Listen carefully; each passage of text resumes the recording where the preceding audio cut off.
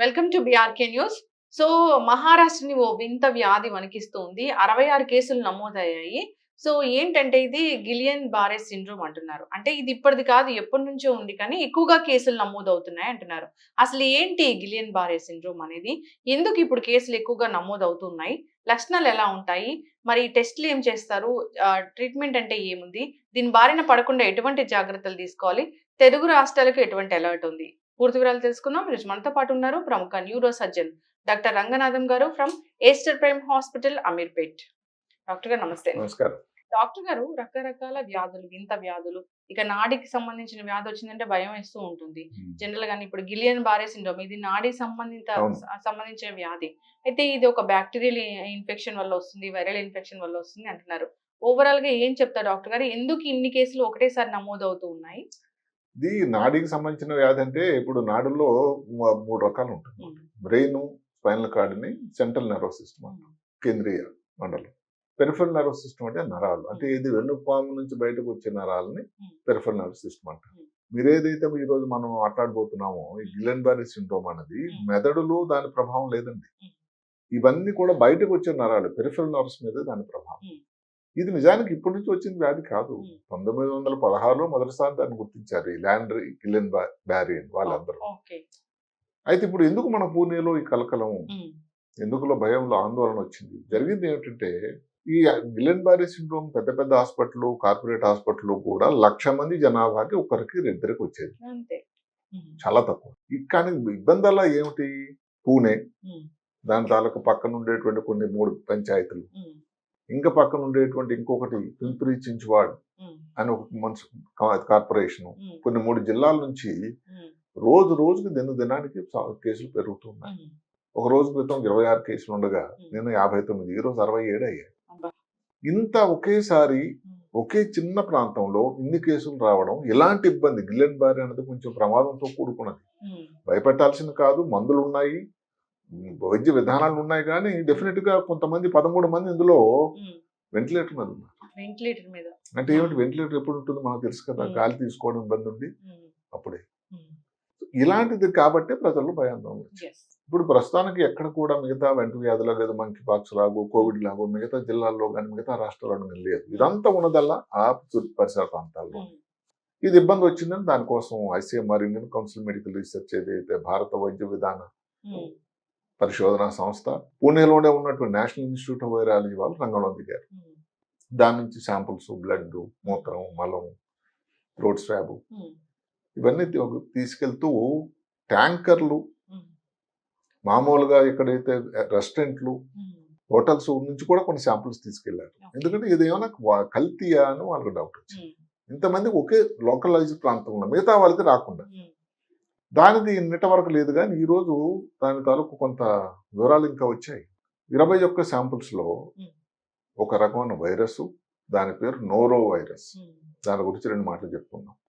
ఒక రకం బ్యాక్టీరియా, కాంపైలోబాక్టర్ జెజోని అనే బ్యాక్టీరియా కూడా అందులో కల్తీ అయినట్టు కనబడింది. దానికి వివరాల కోసం, కారణాల కోసం వెతుకుతూ ఉంటే మెయిన్గా అక్కడ ఉండే పట్టణం పూణే. చాలా ప్రసిద్ధి అయినటువంటి, అసలు చాలా మంది రిటైర్ అయిన తర్వాత పూణేలో ఉండాలనుకుంటారు. మన సౌత్ ఇండియాలో బెంగళూరు లాగా ప్రశాంతంగా ఉంటుంది. అందులో ఒక సింహగఢ్ రోడ్ అని ఒకటి ఉందండి. ఈ కేసులన్నీ ఆ ప్రాంతంలో వచ్చారు నమ్మండి.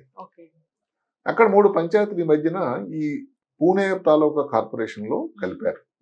ఒకటి దావరి, రెండవది కిర్కిత్పావాడి, మూడవది ఖడక్వాస్లా. ప్రాబ్లం వల్ల ఎక్కడంటే ఇప్పుడు చెప్పడం ఏంటంటే కలిపడం జరిగింది, కానీ వాటికి ఫెసిలిటీస్ అన్నది ఈ బేసిక్ ఏవైతే రిక్వైర్మెంట్స్ ఉంటాయో, కనీస అవసరాలు, వాటర్ మెయిన్గా ఇంకా రావటం లేదు కార్పొరేషన్ నుంచి. మనకు తెలిసిన వివరాల ప్రకారం పాత పంచాయతీల్లో తుప్పు పట్టినటువంటి పైపుల్లో వాటర్ వస్తుంది. దాని శాంపుల్ తీసుకుంటే దానిలో కల్తీ ఉంది అని తెలిసింది. సరే, అందులో కొంతమంది మున్సిపల్ కమిషనర్ వాళ్ళు చెప్పడం ఏంటంటే అంత కల్తీ లేదు అని. కానీ ఆ వాటర్ అంతా మడ్డీ కలర్, అంటే ఏమిటి, చాలా బురదలాగా ఉందట. ఈ పరిశోధన లేటెస్ట్ ఏమిటి, దానిలో వైరస్ ఉంది. ఈ నోరో వైరస్ అన్నది కూడా ఇప్పటి నుంచి అప్పటి నుంచి కాదండి, అది ప్రపంచం అంతటా కూడా నోరో వైరస్ అనేది పొట్టలో నొప్పి, లూజ్ మోషన్స్, లేకపోతే వాంతులు రావడం, వాంతులు వచ్చేటట్టు నాసియా ఉండడం కోసం చాలా పేరెన్నటువంటి వ్యాధి. ఇది బాగా ఆర్థికంగా వెనుకబడిన దేశాల్లోనూ కాకుండా ఆర్థికంగా ముందంజ ఉన్నటువంటి అమెరికా సంయుక్త రాష్ట్రాల్లో కూడా ఉంది. ఓ. ఆ, అనేది ఎక్కడెక్కడైతే కల్తీ అవుతుందో దాంట్లో వచ్చింది. ఉమ్, 685 మిలియన్లలో వచ్చింది వ్యాధి. ఉమ్, దగ్గర దగ్గర 2 లక్షల మంది జరిగిపోయారు. ఉమ్. ప్రమాదం ఇబ్బందికరం వల్ల ఏమిటంటే చిన్నపిల్లల్లో కూడా ఇది వస్తుంది. ఈ పూణేలో కూడా చిన్నపిల్లల్లో కూడా ఈ జబ్బు రావడమే ఇంకా ఇబ్బందికి దారితీసింది. ఇప్పుడు మామూలుగా ఈ గిల్లెన్ బారీ సిండ్రోమ్ కోసం ముందు నుంచి మనకు తెలిసిన విషయం ఏంటంటే ఒక రకమైన బ్యాక్టీరియా, మనం చెప్పుకున్న క్యాంపిల్లో బ్యాక్టర్ జెజుని, ఉమ్, 3 రకాల వైరస్లు, ఎప్స్టీన్ బార్ వైరస్ అని, జికా వైరస్ అని, సైటోమెగాల్ వైరస్ అని ముందు నుంచి మనకు తెలుసు. ఉమ్, ఒక రకం వ్యాక్సిన్ కూడా వస్తుంది. ఈ వైరస్ ఏదైతే బయటపడింది అన్నది నోరో వైరస్. ఉమ్. డేంజర్ ఇది. డేంజర్ అంటే ఏమిటి ప్రాబ్లం? దానికి మందులు లేవు, ఉమ్, డయాగ్నోసిస్ పరీక్షలు అంటూ లేవు, ఉమ్, దానికి వైద్య విధానం విధిస్తే తగ్గిపోవడానికి లేదు. అక్కడ వచ్చింది. ఇప్పుడు ప్రభుత్వం వాళ్ళు దానికోసం ఏమిటి చర్యలు తీసుకున్నారంటే ఏదైతే ఈ వాటర్ని డబుల్ క్లోరినేషన్ చేయడానికి, ఉమ్, అంటే మామూలుగా చేసే క్లోరిన్ కానీ ఇంకొకసారి క్లోరిన్ కలిపితే ఉమ్, ఇది పారిశుధ్యం అవుతుంది. ఫస్ట్ అందరు కూడా కనుక్కునేది ఏమిటంటే ఈ వాటర్ని మంచి సరైనటువంటి నీరు తీసుకోవడం పంపించే విధానం చేయాలి అని. ఇంకొకటి ఏమిటి, మడ్డీ కలర్ రావడానికి ఏంటంటే జూమ్ ప్లాంక్టన్ ఒక మాట ఉంది, చాలా కాంప్లికేటెడ్ మా జూమ్ ప్లాంక్టన్ అంటే ఏమిటి, కొన్ని చిన్న జంతువులట ఉమ్, ఈ నీరు మీద ఉపరితలం మీద తేలియాడుతూ ఉంటాయి. ఉమ్. అది అక్కడ ఉండే మిగతా జీవరాశులకు ఆహారం అది. మరి దీనిని కూడా నశింపజేయాలంటే ఈ క్లోరిన్ హైపర్ క్లోరినేషన్ అనేది చాలా చాలా అవసరం. మొత్తం మీద ఏమిటి, వాళ్ళు ప్రస్తుతానికి మన దగ్గర ఉన్నటువంటి సమాచారం ప్రకారం పూణేలో వచ్చినటువంటి గిల్లెన్ బారీ వ్యాధి ఇదేదో మొదటిసారి కాదు, భయపడాల్సింది లేదు. కానీ అక్కడ ఉన్న కారణాలు చూసుకున్నట్టయితే మిగతా దేశాల్లో లాగా కాకుండా ఏదో స్పెషల్గా వచ్చిన వైరస్ ఏదో కాకుండా అక్కడ ఉండే కల్తీ వాటర్, ఉమ్, ఇంకా కొన్ని కారణాలు కూడా కల్తీ ఉండేటువంటి భోజనం. కానీ ఉదాహరణకి ఎవరైనా చికెన్ వండారనుకోండి, ఎవరిష్టం వాళ్ళు ఆహారం తీసుకోవచ్చు, సరైనగా దాన్ని ఉడికించకపోయినా ఉమ్, దానివల్ల రావచ్చు. ముఖ్యంగా వాళ్ళ దృష్టి అంతా కూడా దీని మీద. ఇప్పుడు ఇందులో 13 వెంటిలేటర్ మీద ఉన్నారు. వెంటిలేటర్ ఎవరికి పెడతామండి? ఎవరైతే గాలి తీసుకోలేకపోతున్నారు. దానికి కారణం ఏంటంటే ఈ వ్యాధి తాలూకు లక్షణం ఏంటి, ఫస్ట్ ఈ ఈ పిల్లలకు వాళ్ళకు వచ్చినట్టుగా పొట్టలో నొప్పి రావడం, లూజ్ మోషన్స్ అవ్వడం, వాంతి, అలా వచ్చి 1-2 రోజుల తర్వాత వ్యాధి మొదలవుతుంది. ఏమిటా వ్యాధి లక్షణాలు? కాళ్ళలో మొదలవుతుందండి. తిమ్మిలాగా రావడం, కాలు వీక్ అయిపోవడం, నడవలేకపోవడం, తర్వాత చేతులకు రావడం, తర్వాత ముఖంకు రావడం. ఉమ్, ఆ తర్వాత ఏదైతే ఉందో ఈ కండరాలు వీటి మీద గాలి తీసుకునే దానికి ఉపయోగపడే కండరాలు వస్తే వెంటిలేటర్ పెట్టాల్సి రావడం.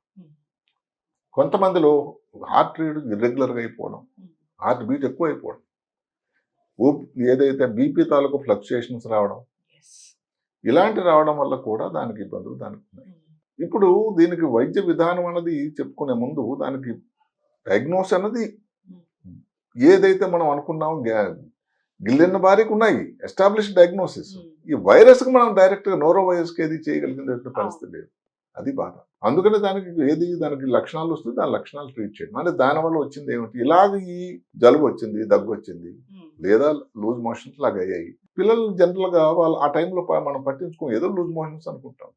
అది ఎంతమందికి ఈ వ్యాధి ఇంత ప్రమాదకరమైన వ్యాధి వస్తుందని అనుకుంటారు. అందుకని ఏం చేయాలంటే ఒకసారి కానీ లక్షణాలతో పెరుగుతూ సరిగదా కాళ్ళలో నడవలేని పరిస్థితి కానీ వస్తే దాని గురించి ఆలోచించాల్సి ఉంటుంది. అప్పుడు తప్పకుండా దగ్గర ఉండేటువంటి న్యూరో సర్జన్, న్యూరాలజిస్ట్ని సంప్రదించాల్సి ఉంటుంది. ఇప్పుడు అక్కడ 13 మంది వెంటిలేటర్ మీద ఉన్నారు. ఇప్పుడు వైద్య విధానంలో ఆలోచించినట్టయితే డయాగ్నోస్ అనేది ముఖ్యం. డయాగ్నోసిస్లో ముఖ్యంగా వెనులో నీరు తీసి సిఎస్ఎఫ్ అంటాం, సెరిబ్రో స్పైనల్ ఫ్లూయిడ్ అనేది టెస్టులకు పంపించాలి. దాంట్లో ప్రోటీన్ సంఖ్య పెరుగుతూ ఉంటుంది. మామూలుగా టెస్టులు చేసి సెల్ కణాలు, ఇప్పుడు మాటకు మెనింజైటిస్ ఉంది అనుకోండి, ఫంగల్ మెనింజైటిస్ ఉంది, టీబీ వచ్చింది, ఇలాంటి వాళ్ళు ఏంటంటే ప్రోటీన్ పెరుగుతుంది, షుగర్ తగ్గుతుంది, సెల్ కౌంట్ కూడా పెరుగుతుంది. ఈ కష్టంలో వినండి, ఒక విచిత్రం ఏమిటంటే ప్రోటీన్ పెరుగుతుంది కానీ సెల్ కౌంట్ పెరగదు. దాన్ని వైద్య పరిభాషలో ఏమంటారంటే ఆల్బుమినో సైటలాజికల్ డిసోసియేషన్, అంటే అది పెరుగుతుంది కానీ ఇది పెరగట్లేదు సుమా అని. ఇది ఒక దాని క్యారెక్టరిస్టిక్. రెండోది నెర్వ్ కండక్షన్ వెలాసిటీస్. సింపుల్గా మనం చేసేది బెడ్ సైడ్ చేయొచ్చు. ఒక మెషిన్ ఉంటుంది నెర్వ్ కండక్షన్ వెలాసిటీ. ఎందుకంటే ఇందాక మనం చెప్పుకున్నట్టుగా ఇవి ఈ పెరిఫరల్ నర్వ్స్ మీద దాని ప్రభావం ఉండి నరాల మీద ఉండేటువంటి ఒక తొడుగు లాంటిది, ఒక ఇన్సులేటర్ మైలిన్, అది డ్యామేజ్ అయింది. దానివల్ల కండక్షన్ వెలాసిటీ పొడుగు కావడం. మోటార్ నరాలు 2 రకాలు, అందరూ గమనించండి. సెన్సరీ అంటే స్పర్శ తెలిసేది, మోటార్ అంటే కండరాలు పనిచేయడానికి ఉపయోగపడే నరాలు. ఈ మోటార్ నరాల్లో దాని ఎఫెక్ట్ వస్తుంది. సరే అప్పుడప్పుడు ఇప్పుడు ఉన్న పరిస్థితులను బట్టి ఏమిటంటే ఒక్కొక్కసారి ఇది గిల్లెన్ బారీ అని ముద్ర వేసినట్టయితే ఇంకేదన్నా ఆపరేషన్ చేస్తే బాగా అయ్యేటువంటి కొన్ని కష్టాలు ఉంటాయి. కాళ్ళు పని చేయకపోవడానికి కారణం కూడా. అలాంటప్పుడు మనం మిస్ అవ్వడం ఆస్కారం ఉంటుంది కాబట్టి ఉన్న పరిస్థితులను బట్టి ఒకసారి దానికి ఎంఆర్ఐ చేయడం కూడా అవసరం. అందరికి చేయాల్సిన అవసరం అయితే లేదు. ఇవి చేసే నిర్ధారణ అయింది అనుకోండి, అయితే మిగిలిందల్లా మనకు మందులే. ఆపరేషన్ అయితే ఆ యొక్క స్మాల్ పర్సంటేజ్. మందుల్లో 2 రకాల విధానాలు ఉన్నాయి. ఒకటి ఇంట్రావీనస్ ఇమ్యునోగ్లోబులిన్ అవుతుంది. ఇది చాలా ఖర్చుతో కూడుకున్నది. అది చాలా ప్రశస్తమైనది. అది ఎప్పుడు 2 వారాల లోపల మందు స్టార్ట్ చేస్తేనే దాని ఉపయోగం ఉంటుంది. అది ఎంత డోసు బరువును బట్టి ఇస్తారు. అంటే 0.4 గ్రాములు కేజీ బాడీ వెయిట్. దాన్ని బట్టి రోజుకు ఒకసారి డోసు. అట్లా 5 రోజులు ఇవ్వాలి. దానివల్ల ఏదైతే ఇబ్బంది అవుతుందో మరి మీరు అడగొచ్చు ప్రశ్న, ఈ ఇమ్యునోగ్లోబులిన్స్ ఎలా పనిచేస్తాయని. ఏదైతే శరీరంలో ఈ యాంటీబాడీస్ తయారీ నరాల మీద దాన్ని దెబ్బ కొడుతున్నాయో, ఇమ్యూనో వ్యవస్థ మీద జరుగుతుందో ప్రాబ్లమ్, ఆ యాంటీబాడీస్ న్యూట్రలైజ్ చేస్తాయి. అంటే వాటిని ఇంకా దాని తాలూకా ఉధృతాన్ని తగ్గించేస్తాయట. దానివల్ల చాలా ఉపయోగం. రెండో పద్ధతి ఏమిటి అంటే ప్లాస్మా ఫెరిసిస్. అంటే ఏదైతే రక్తంలో మనం కణాలు ఉంటాయి, ప్లాస్మా ఫ్లూయిడ్ ఉంటుంది. ఈ ప్లాస్మాని కానీ దాన్ని క్లీన్ చేస్తే, ఫిల్టర్ చేస్తే దానిలో ఉండే యాంటీబాడీస్ అన్న తగ్గిపోతాయి అని కూడా ఉంది పద్ధతి. దానికి ఏమిటి, ఒక 200 నుంచి 250 ml ప్లాస్మా. ఇది బ్లడ్ బ్యాంక్ సౌకర్యాలు ఉండేటువంటి చోట్ల ఉంటుంది. రోజుకు ఒక 5 సార్లు ఒక 7 రోజుల నుంచి 15 రోజుల వరకు చేయాల్సి ఉంటుంది. అది అన్ని ప్లేసుల్లో సౌకర్యాలు ఉండవు, లభ్యం కూడా కావు. కాబట్టి బాగా ప్రశస్తమైంది మాత్రం ఇమ్యునోగ్లోబులిన్స్. ఖర్చుతో కూడుకున్నది కాబట్టి ఎంతమంది అఫోర్డ్ చేయలేరని, అందుకని మహారాష్ట్ర గవర్నమెంట్ వాళ్ళకి సబ్సిడీ ఇచ్చి అవన్నీ అందజేయడానికి కూడా వాళ్ళు ప్రయత్నం చేస్తూ ఉన్నారు. ఇవన్నీ ఒక వస్తున్నట్టు ఎవరైతే వెంటిలేటర్ మీద ఉన్న వాళ్ళు మిగతా కాంప్లికేషన్ రాకుండా ఉండాలని మనం కోరుకోవాలి. ఉదాహరణకి లంగ్లో ఇన్ఫెక్షన్, న్యూమోనియా అంటాం, యూరిన్లో ఇన్ఫెక్షన్ రావచ్చు. అలాగే ఎక్కువ రోజులు ఉండేటట్టయితే వాళ్ళు గాలి తీసుకునే శక్తి కూడా తగ్గిపోయిపోతుంది. దానికి కారణం ఏమిటంటే ఇది కొంచెం భయపెట్టే మాట కాకపోయినా శాస్త్ర ప్రకారం ఏంటంటే 100 మందికి కానీ గిల్లెన్ బారీ సిండ్రోమ్ వస్తే 85 మంది బాగా రికవర్ అవుతారు. కానీ ఒక 15 మందిలో కొంచెం గొప్ప కాలు వీక్నెస్ ఉండడం ఏదో ప్రాబ్లం ఉంటుంది. ప్రపంచం అంతా కూడా గణాంకాల ప్రకారం ఏంటంటే 7.5 మందిలో మరణాలు ఉన్నాయి. కాబట్టి అప్పుడప్పుడు ఇబ్బందికరం. డైరెక్ట్గా గిల్లెన్ బారీ నుంచి కాకపోయినా దాని సెకండరీ కాంప్లికేషన్ మనం చెప్పుకున్నటువంటి న్యూమోనియా, యూరిన్ ఇన్ఫెక్షన్ వల్ల కూడా. కాబట్టి ఒకసారి కానీ డయాగ్నోస్ అయితే దానికి మందులు ఇవ్వడం అనేది చాలా ముఖ్యం. వెంటిలేటర్ సౌకర్యం దగ్గర ఉండేటువంటి దాంట్లో కూడా అందుకని ఏం చేశారంటే వెంటనే అక్కడ ఉండేటువంటి వాటర్ శాంపుల్స్ ఇందాక చెప్పుకున్నట్టుగా ట్యాంకర్ నుంచి, హోటల్ నుంచి, రెస్టారెంట్ నుంచి అన్నింటికీ గవర్నమెంట్ అనలైజ్ చేస్తున్నారు. సర్వే చేయడానికి మీరు ఏ వాటర్ వాడుతున్నారు, చికెన్ ఎంతవరకు దాన్ని ఉడికించేస్తున్నారు, ఇలాంటి వివరాలను సేకరిస్తున్నారు. చాలా కట్టుదిట్టంగా చేస్తున్నారు. అయితే ఒకసారి ఆ ప్రాబ్లం ఉంది కాబట్టి నాకు ఇంకా అర్థం కాని విషయం వల్ల ఏంటంటే ఈ వాటర్ అన్నది సరే ఈ పూణే చుట్టుపక్కల ప్రాంతంలో అక్కడ నుంచి వచ్చిన పైపులు, అక్కడ ఒక నది ఉంది ముత్తా నది అని, ఆ ముత్తా నది నుంచి వచ్చిన వాటర్లో కల్తీ ఉందని వాళ్ళందరూ అనుకుంటున్నారు. మరి దానికి 16 కిలోమీటర్ల దూరం ఉంది పింప్రి, చించువాడని. అక్కడ మళ్ళీ ఎందుకు కేసులు వచ్చాయి? అదే కాకుండా ఇంకా కొన్ని 3 జిల్లాల్లో కూడా, మహారాష్ట్రలో ఇంకా 3 జిల్లాల్లో కూడా ఇది వచ్చింది. ఈ పింప్రి చించువాడు ప్రాంతంలో వచ్చింది కూడా అక్కడ కల్తీనేనా? అయితే ఈ నది అక్కడ ప్రవహించదే. ముత్తా నది, మూలా నది 2 నదులు కలుసుకుంటాయట అక్కడ ఈ పూణేలో. మరి అక్కడ ఉండేది వేరే నది, పశ్చిమ కనుమల నుంచి వస్తుంది ఇది ముత్తా నది. అందుకని దానికి కూడా పరిశోధన చేయాల్సి ఉంటుంది. అక్కడ దీంట్లో నదిలో కూడా వాటర్లో కూడా కల్తీ వచ్చిందా? మిగతా జిల్లా నుంచి ఇప్పుడు ఎక్కడ 26, ఎక్కడ 67 అట్లా పెరుగుతున్నాయి ఆ ప్రాంతంలో అయినా కానీ. మిగతా ప్రాంతాల్లో ప్రస్తుతానికి తెలుగు రాష్ట్రాల్లో కానీ భారతదేశంలోని మిగతా ప్రాంతాలకు కూడా దాని ప్రభావం ప్రస్తుతానికి కనబడలేదు, దేవుడి దయ వల్ల. కానీ దీని గురించి పరిశోధన చేయాల్సిన అవసరం అయితే ఉంది. ఇప్పుడు అందరూ అనుకోవడం ఏంటంటే ఎందుకు జరుగుతుంది అంటే కోవిడ్ టైంలో మనం అనుకున్న మాటే, శరీరంలో సృష్టికర్త ఒక గొప్ప వ్యవస్థను అమర్చాడు ఆయన, ఇమ్యూనో సిస్టమ్ అని. ఆ ఇమ్యూనో సిస్టమ్ అన్నది తన ఓన్ నరాలను గుర్తించకుండా దాన్ని కాటేస్తే, దాన్ని ఇబ్బంది పెడితే అదే జరుగుతుంది ఇందులో. Auto immune disease. మామూలుగా ఏదో బ్యాక్టీరియా మీదో లేకపోతే వైరస్ మీద వెళ్ళి దాన్ని పాడవేస్తే సరే, నరాలు నార్మల్గా ఉండే నరాల మీద అవ్వడం వల్ల ఈ ప్రాబ్లమ్స్ అన్నీ వస్తున్నాయి.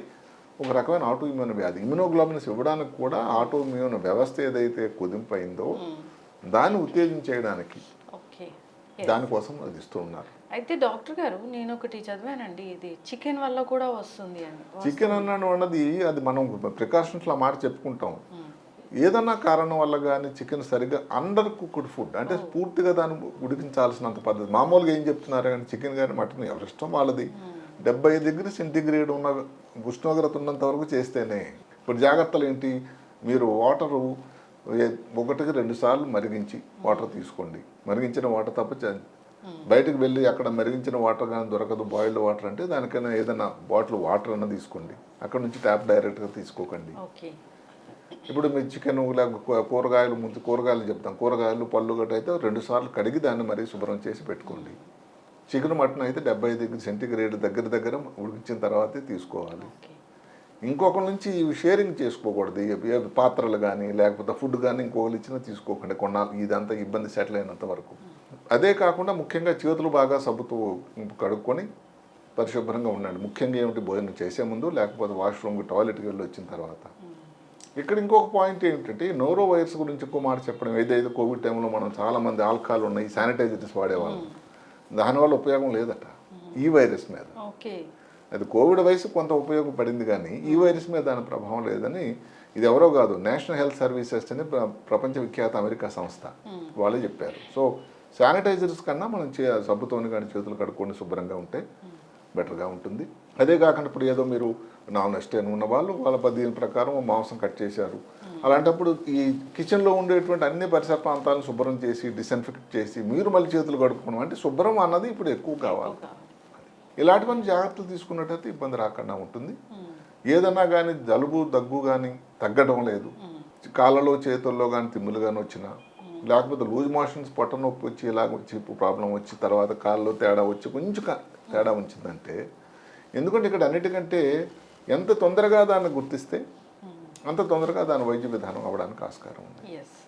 కాబట్టి ఇది ఎంత దగ్గరలో ఉండే డాక్టర్లని ఇప్పుడు బృందాలన్నీ దిగాయి. అక్కడ ఉండేటువంటి పూర్తిగా అన్ని విధానాలు కూడా పూర్తిగా జరుగుతూ ఉన్నాయి. భయపెట్టే ప్రయత్నం కాదు. అందరూ చెప్పడం ఏంటంటే ఇదేదో మందులు లేని వ్యాధి కాదు, ఊరికే పుకార్లు, అక్కడ ఎదుగు అయిపోయింది, ఇదిగో పుల్లంటే ఇదిగో తోకలాగా చెప్పి మిగతా వాళ్ళని భయపెట్టొద్దు. వాటర్ని మాత్రం అందరూ కూడా బాగా బాయిల్ చేసి తీసుకోవడం బెటరు. బయట భోజనాలు అన్నది చాలా వరకు ఆపేయండి. రా ఫుడ్ కొంతమందికి ఏదైతే ఎగ్స్ రాగా తీసుకుంటారు ఉడికించకుండా, అలాంటివి కానీ సీ ఫుడ్ కానీ తీసుకోకండి. ఇలాంటి జాగ్రత్తలు తీసుకుంటే మీరు దానిని బారి పడకుండా ఉండడానికి ఆస్కారం ఉంటుంది. అయితే ఇది హ్యూమన్ టు హ్యూమన్ రాదా డాక్టర్ గారు? చాలా తక్కువ శాతం, పర్టికులర్ నోరో వయసులోనే నేను నిన్న చదువుతుండగా ఒక దగ్గర హ్యూమన్ టు హ్యూమన్ కాంటాక్ట్ అవకాశం ఉంది. ముఖ్యంగా ఏమిటి, ఓరోఫేకల్ రూటీన్ అంటే ఏమిటి, చేతులు వాష్రూమ్కి వెళ్ళారు, చేతులు శుభ్రం చేసుకోలేదు, దాని వలన ఈ నోట్లో ఏదైనా వస్తువులు పట్టుకున్నారు లేకపోతే కూరగాయలను దాన్ని హ్యాండిల్ చేశారు, అలాంటప్పుడు వచ్చే ప్రమాదం అయితే ఉన్నది, చాలా తక్కువ శాతం.